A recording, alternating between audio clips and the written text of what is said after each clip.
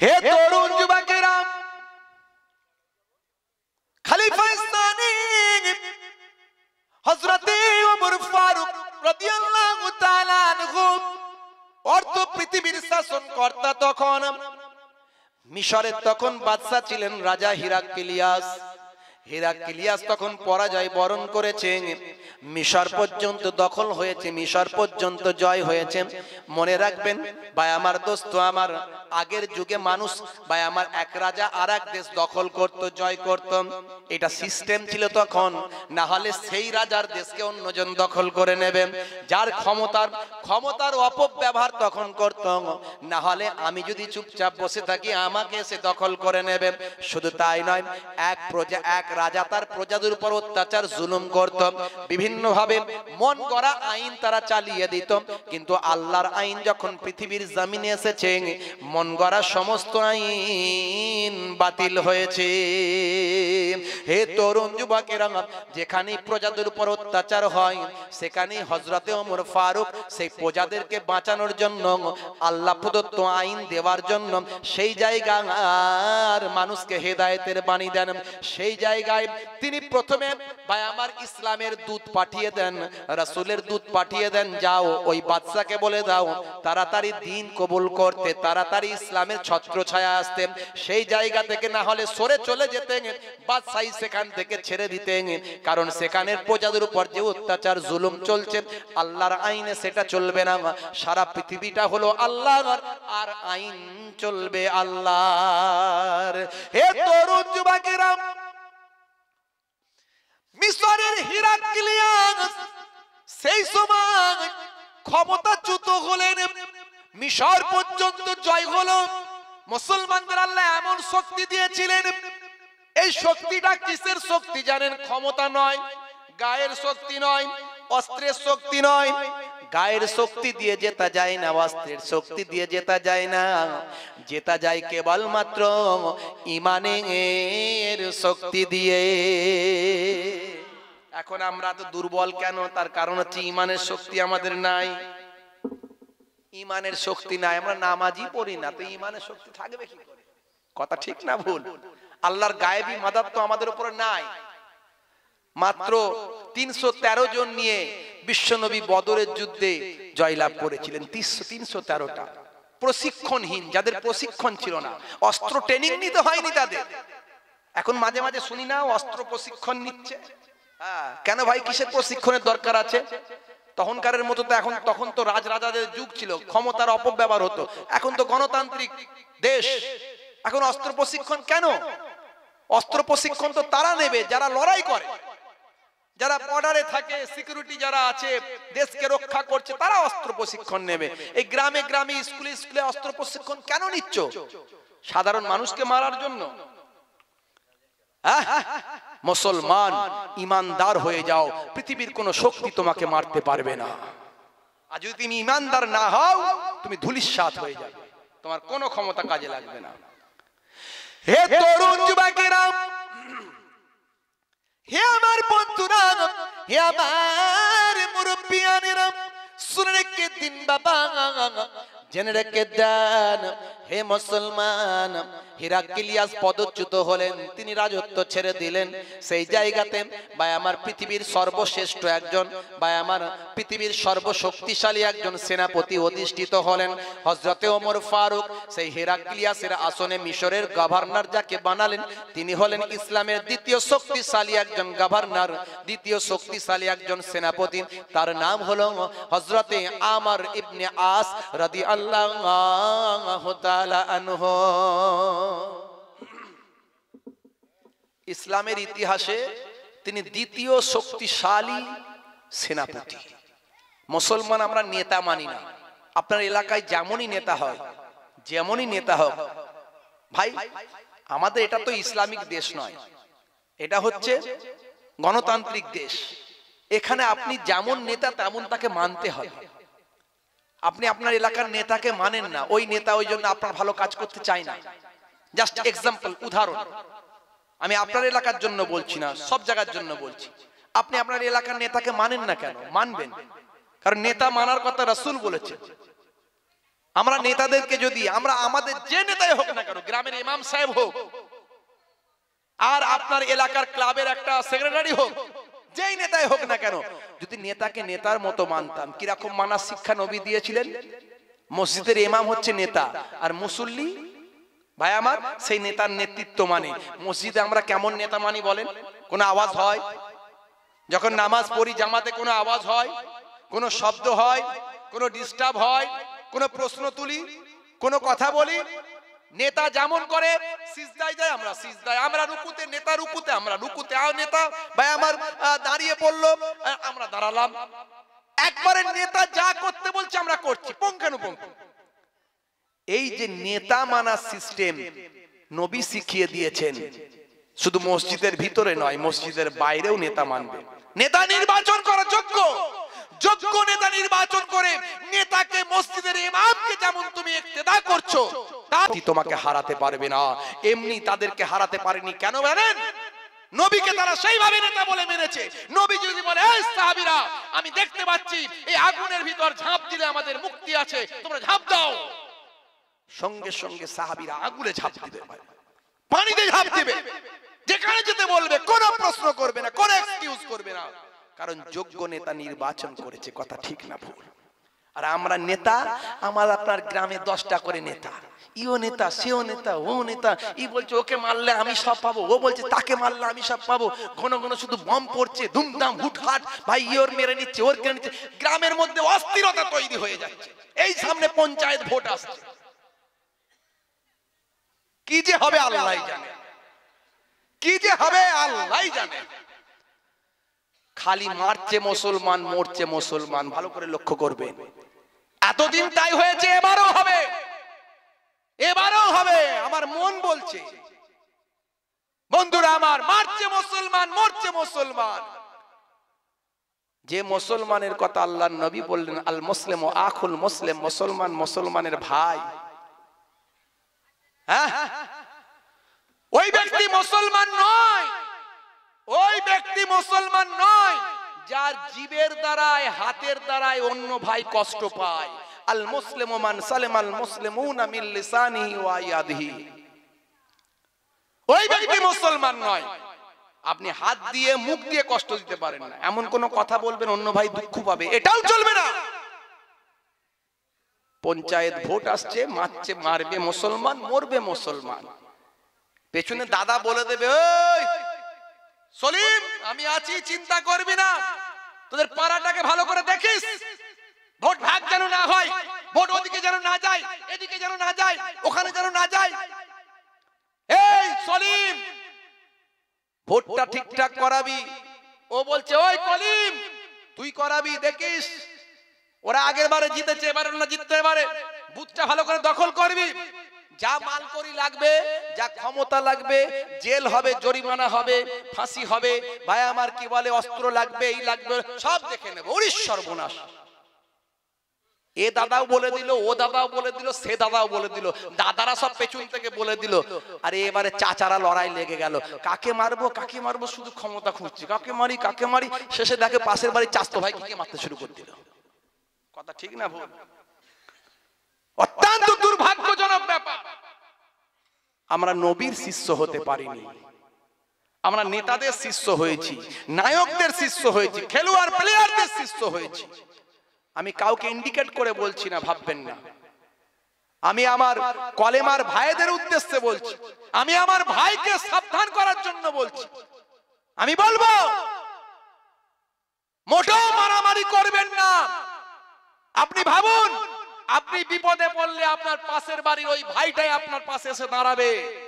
আজকে আপনি যাকে কষ্ট দিচ্ছেন, মনে দুঃখ দিচ্ছেন, আপনার প্রতিবেশীকে, সে মুসলমান হোক, হিন্দু হোক, খ্রিস্টান হোক, জৈন হোক, একদিন বিপদে পড়লে সেই আপনার পাশে এসে দাঁড়াবে। আর আপনি প্রকৃত মুসলমানই হতে পারেন না যদি আপনার দ্বারাই অপর ভাই কষ্ট পায়, সে মুসলমান হোক, হিন্দু হোক, খ্রিস্টান হোক, কাউকে আপনি কষ্ট দিতে পারেন না। ভোট ভোটের মতো হয়ে যাক, ও নেতারা অনেক কিছু বলবে, আপনি যেমন সেই চামচাগিরি করেন তেমন রয়ে যাবেন। চা বয় আপনার কাজ, চা বওয়া আপনার আগে কাজ ছিল, এখনো কাজ। আপনাকে কেউ ভালো আসন দেবে না, সিংহাসন দেবে না। তারা সিংহাসনে বসবে আর আপনি মারামারি করবেন। হ্যাঁ, মুসলমান সাবধান হয়ে যান, নেতৃত্ব মানুন রাসূলের। বিশ্বনবী এমন শিক্ষা দিলেন সাহাবাদের, হাই রে হাই। হিরাক্লিয়াস ভাই আমার সিংহাসনচ্যুত হলো। সেই জায়গায় অত্যাচার, অন্যায়, অবিচার বন্ধ হয়ে গেল। পৃথিবীর শ্রেষ্ঠ, দ্বিতীয় শক্তিশালী, বৃহত্তম, মেধা সম্পন্ন, বিচক্ষণ, শক্তিধর, শক্তিশালী সেনাপতি হলেন হযরতে আমর ইবনে আস রাদিয়াল্লাহু তাআলা আনহুকে খলিফায়ে সানি ওমর ফারুক, অর্ধ পৃথিবীর যিনি শাসনকর্তা হযরতে ওমর ফারুক, আমর ইবনে আসকে মিশরের গভর্নর নিযুক্ত করলেন। জোরে হবে না? ইসলামের ইতিহাসে দ্বিতীয় শক্তিশালী, বৃহত্তম, দ্বিতীয় শক্তিশালী, মেধা সম্পন্ন ভাই আমার যিনি সেনাপতি, তিনি হলেন আমর ইবনে আস। আর সর্ববৃহৎ শক্তিশালী, এক নম্বর, প্রথম যিনি মেধা সম্পন্ন, তীক্ষ্ণ ব্রেন এবং শক্তিশালী, ক্ষমতাশালী একজন পৃথিবী বিখ্যাত সেনাপতি আসন অলঙ্কিত করেছিলেন ইতিহাসের খাতায়। আজও পৃথিবীর বুকে শ্রেষ্ঠত্বের প্রমাণ তিনি রেখেছেন। তার নাম হলো হযরতে খালিদ ইবনে ওয়ালিদ রাদিয়াল্লাহু তাআলা আনহু। জোরে হবে না? আজ আপনি জানলে অবাক হবেন, ন্যাটো পৃথিবী বিখ্যাত একটা ভাই আমার শক্তিশালী, একটা ক্ষমতাশালী ন্যাটো একটা সৈন্য দল, সেনা দল, পৃথিবীর শ্রেষ্ঠ কতগুলো দেশ থেকে সেনা কালেক্ট করে ন্যাটো সেনাবাহিনী গঠন হয়েছে আমেরিকা যুক্তরাষ্ট্রের ব্যবস্থাপনায়। সেই ন্যাটোর সিলেবাসে ভাই আমার পড়ানো হয়, খালিদ বিন ওয়ালিদের জীবন জিন্দেগি নিয়ে গবেষণা করা হয়। ন্যাটোর সিলেবাসে রাখা হয়েছে পৃথিবীর শ্রেষ্ঠ সেনাপতি হযরত খালিদ বিন ওয়ালিদের জীবন, লাইফ হিস্ট্রি। জোরে বলুন সুবহানাল্লাহ। কেমন মেধা সম্পন্ন ছিলেন, কেমন তীক্ষ্ণ ব্রেন ছিল। যত কম সৈন্য তার থাকবে তত তিনি আরো তার মধ্যে ক্ষমতা, শক্তি, ক্ষিপ্রতা, তার মধ্যে আরো কৌশল আরো বেশি বেড়ে যায়, আরো বেশি বেড়ে যায়। হে তরুণ যুবকেরা, হে আমার বন্ধুরা, হে আমার মুরব্বিয়ানেরা, শুনে রেখে দিন বাবা, জেনে রেখে দিন বাবা, কিতাবের মধ্যে দেখতে পাওয়া যায়, হে মুসলমান, সমস্ত ধর্মশাস্ত্রের মধ্যে, সমস্ত ধর্মের ধর্মশাস্ত্রের মধ্যে এই যুদ্ধের বর্ণনা হয়েছে। ন্যায়ের পক্ষে অন্যায়ের বিরুদ্ধে যুদ্ধ। যুদ্ধ মানে খারাপ কিছু নয়। যুদ্ধটা শুধু অস্ত্রের হবে এটাই নয়। যুদ্ধ হবে মনের, যুদ্ধ হবে মানসিকতার, যুদ্ধ হবে ভাবনার, যুদ্ধ হবে চিন্তার, যুদ্ধ হবে চেতনার। এটা হলো ন্যায়ের পক্ষে আর অন্যায়ের বিরুদ্ধে। যে যেভাবে যুদ্ধ করতে পারেন, মুখ দিয়ে যুদ্ধ হয়, হাত দিয়ে যুদ্ধ হয়, মানসিকতা দিয়ে যুদ্ধ হয়। যুদ্ধ তিন ভাবে হয়। অন্যায় দেখছেন, হাত দিয়ে সরিয়ে দিন। একটা মহিলা রাস্তা দিয়ে, নিরীহ মহিলা যাচ্ছে, কয়েকটা বাজে ছেলে তাকে উত্ত্যক্ত করছে, খারাপ তার সঙ্গে আচরণ করছে, ইভটিজিং করছে। আপনি একজন শুভ বুদ্ধি সম্পন্ন মানুষ, আপনার ক্ষমতা যদি থাকে, পাঁচটা ছেলেকে পাঁচটা চর মেরে হটিয়ে দিন। আপনি এলাকার প্রভাবশালী মানুষ, আপনার উপরে কথা বলার কোনো ক্ষমতা নাই। আপনি তখন কি করলেন? দাঁড়িয়ে গেলেন, বাইকটা দাঁড় করিয়ে পাঁচটা ছেলেকে পাঁচটা চর মারলেন আর বললেন, জীবনে যদি আর কোনোদিন দেখি পুলিশের হাতে তুলে দিয়ে থানায় পাঠিয়ে দেব। এই যে আপনি প্রতিবাদ করলেন, ক্ষমতা ছিল আপনার, হাত দিয়ে করলেন। ক্ষমতা যদি না থাকে, এই তোরা কি করছিস বলে মুখ দিয়ে আপনি প্রতিবাদ করলেন। সেটাও যদি ক্ষমতা না থাকে, অন্যায়কে কখনো সাপোর্ট করা যাবে না।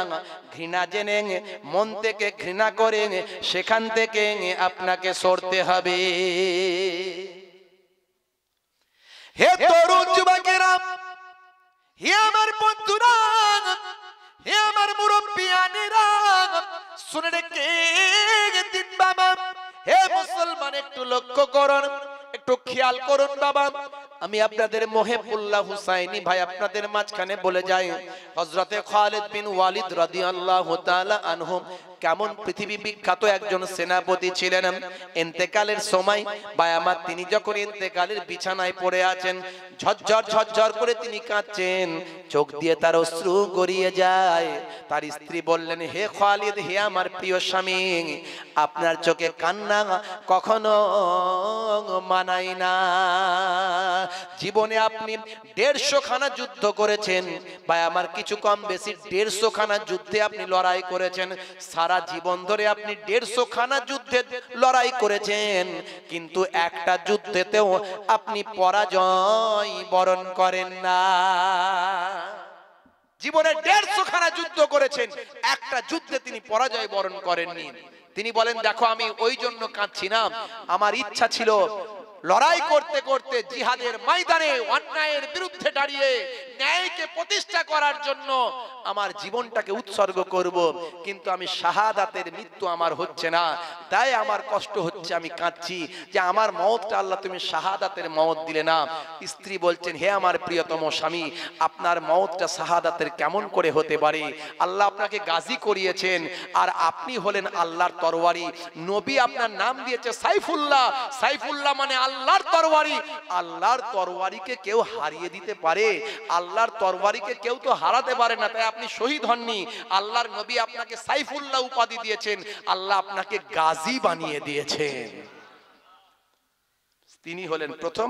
আর দ্বিতীয় শক্তিশালী বৃহত্তম বা আমার ক্ষমতাশালী মেধা সম্পন্ন তীক্ষ্ণ ব্রেনের অধিকারী এবং ন্যায়পরায়ণ সেনাপতি হলেন আমর ইবনে আস রাদিয়াল্লাহু তাআলা আনহু, যিনি মিশরের গভর্নর হলেন।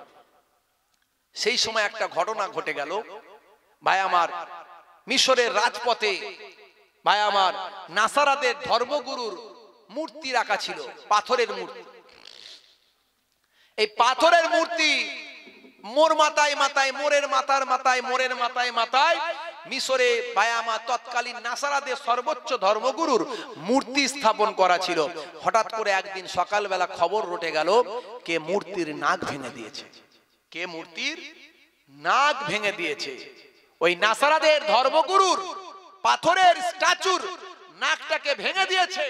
এই খবরটা যখন রটে গেল, নাসারারা ক্ষিপ্ত হয়ে গেল, নাসারা মানুষরা ভাই আমার রাগান্বিত হয়ে গেল।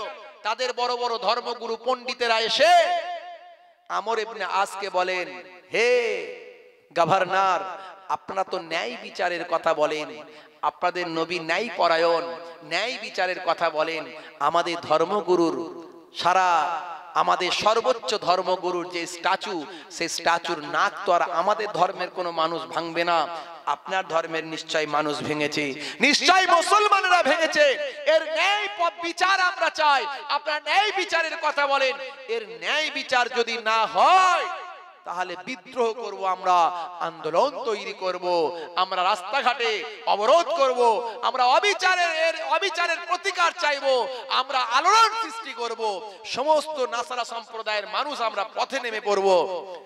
এমন কথা শুনে হযরতে আমর ইবনে আস রাদিয়াল্লাহু তাআলা আনহু বলেন, হে নাসারাদের পণ্ডিতেরা শুনে রেখে দেন, আমি যথাসাধ্য চেষ্টা করছি, গোয়েন্দা দপ্তর পর্যন্ত লাগিয়ে দিয়েছি, যাতে করে এই অন্যায় কাজটা কে করেছে তার শাস্তি প্রদান করতে পারি।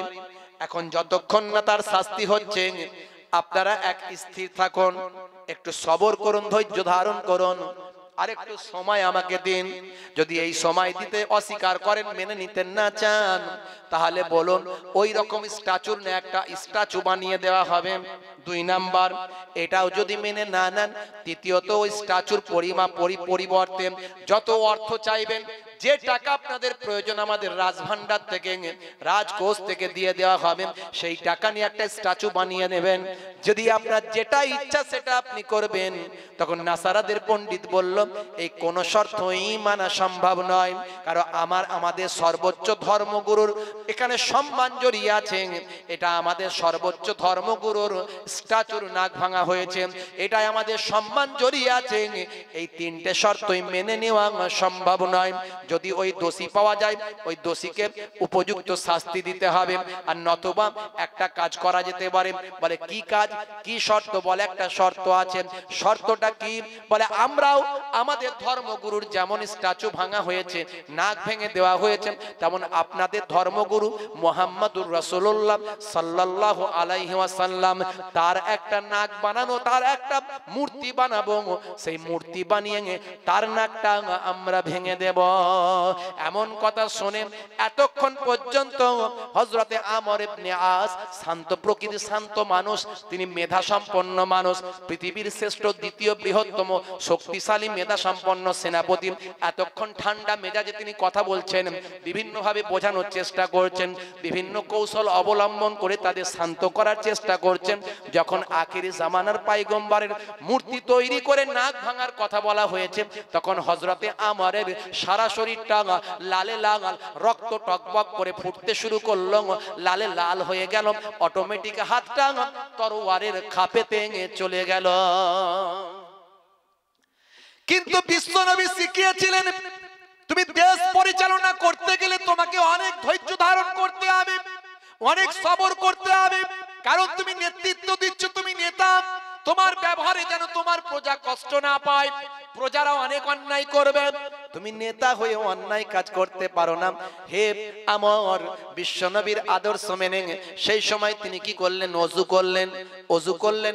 হে দুনিয়ার মানুষ শুনে রেখে দেন, আমার আপনার সাংসারিক জীবনে, আমার আপনার ব্যবহারিক জীবনে, আমার আপনার চারিত্রিক জীবনে, চলাফেরার জিন্দেগিতে আমাদের রাগ মাঝে মাঝে বেড়ে যায়। কথা ঠিক না ভুল বলেন? রাগ বেড়ে যায়। রাগ যখন বেড়ে যাবে, নবীর আদর্শ অনুযায়ী আপনি ওযু করবেন, ওযু করে 2 রাকাত নামাজ পড়বেন, মসজিদে চলে যাবেন। ঘরে সংসারে অশান্তি হয়েছে, বাপের সঙ্গে, মায়ের সঙ্গে, ভাইয়ের সঙ্গে, মনে রাখবেন তারা আপনার বাপ, তারা আপনার মা, তারা আপনার ভাই। আজকে আপনার রাগ হয়েছে, মনে হচ্ছে পৃথিবীর সবচেয়ে খারাপ মানুষ হলো আমার ভাই, পৃথিবীর সবচেয়ে খারাপ মানুষ হচ্ছে আমার বাপ, পৃথিবীর সবচেয়ে খারাপ মহিলা হচ্ছে আমার মা।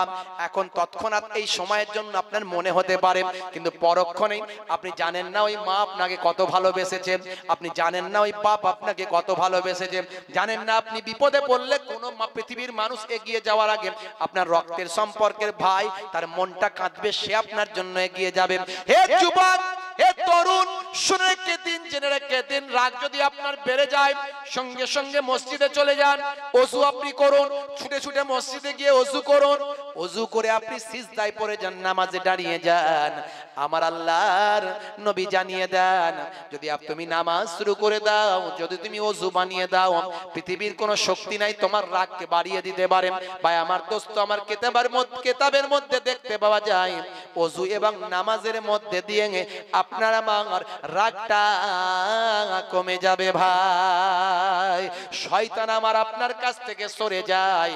নামাজ যখন পড়া হয়, ওযু যখন করা হয়, আউযু বিল্লাহি মিনাশ শাইতানির রাজিম যখন বলা হয়, শয়তান আপনার আমার কাছ থেকে দূরে সরে যায়। রাগকে আরো উৎসাহিত করে আপনার আমার মধ্যে দাঙ্গা, অশান্তি, মারপিট, দাঙ্গা লাগিয়ে শয়তান আপনাকে উৎসাহিত করে জাহান্নাম আর তলদেশে পাঠানোর চেষ্টা করে ভাই। তাই আপনি যদি ওযু করেন আর নামাজ পড়েন, রাগ আপনার কমে যাবে ভাই। হে তরুণ যুবকেরা, হযরতে আমর ইবনে আস রাদিয়াল্লাহু তাআলা আনহু সেই সময় তিনি নামাজ পড়ে নিলেন, ওযু বানালেন, নামাজ পড়ে নিয়ে রাগকে কন্ট্রোল করলেন। আবার এসে পণ্ডিতদের সামনে হাজির হলেন। হে পণ্ডিতেরা, শুনে রেখে দেন বাবা, আপনারা যে শর্তটা দিয়েছেন, এই শর্তটা পৃথিবীর কোন মুসলমানের মেনে নেওয়া সম্ভব নয়। আখেরি জামানার পয়গম্বর হলেন আমাদের হৃদয়, আখেরি জামানার পয়গম্বর হলেন আমাদের স্পন্দন, আখেরি জামানার পয়গম্বর হলেন আমাদের হার্ট, আমাদের হৃদয়, আমাদের স্পন্দন, আমাদের শ্বাস প্রশ্বাস। সেই আমাদের নবীর নিয়ে কোনো কথা বলবেন না, আমাদের নবীকে বাদ দিয়ে যে কোনো শর্ত দিন, আমি আমর ইবনে আস গভর্নর মেনে নেব।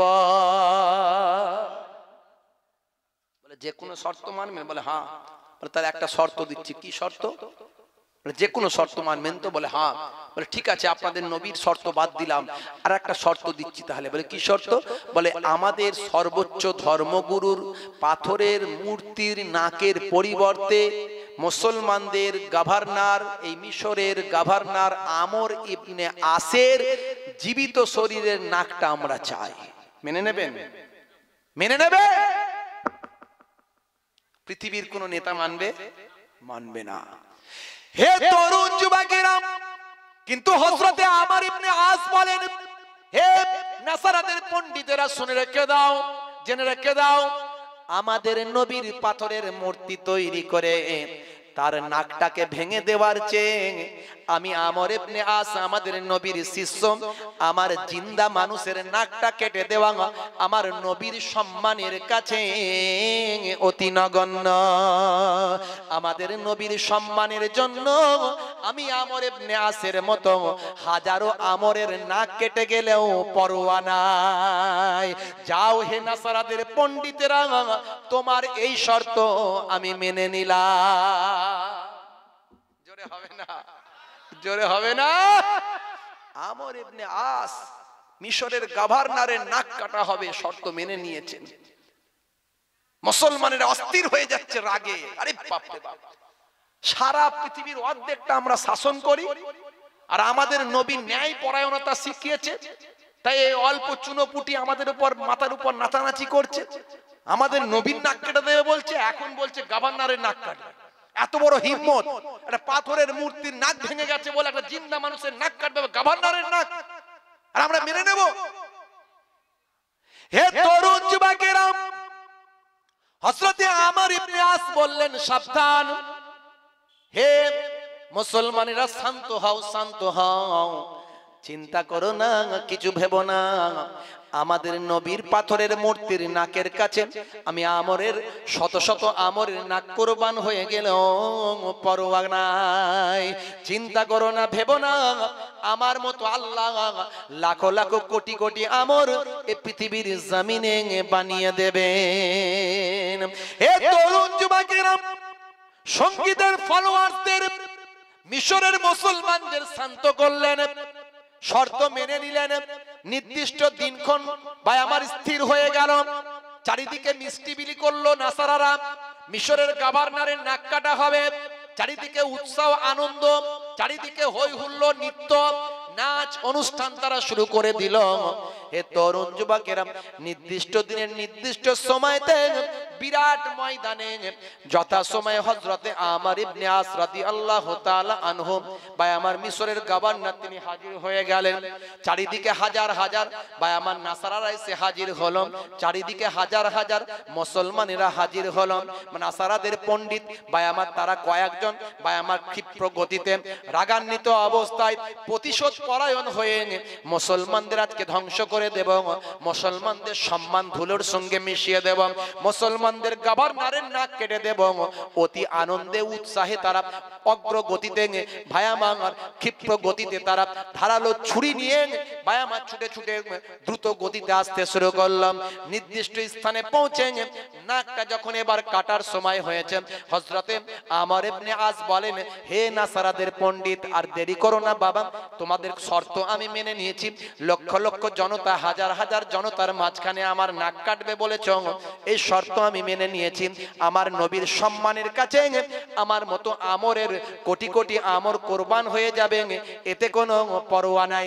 আমি রাসূলের গোলাম, রাসূলের শিষ্য, আমার নাকটা আমার রাসূলের সম্মানের কাছে অতি তুচ্ছ, এতে আমার কোনো পরোয়া নাই। তা চালাও, ছুরি চালাও, নাকটা কেটে নাও, বাঁচা মরার চিন্তা করতে হবে না, বাঁচা মরার কথা ভাবতে হবে না। আমার রাসূলের জন্য আমার মতো আমর কোটি কোটি কোরবান হয়ে যাবে, অসুবিধা নাই।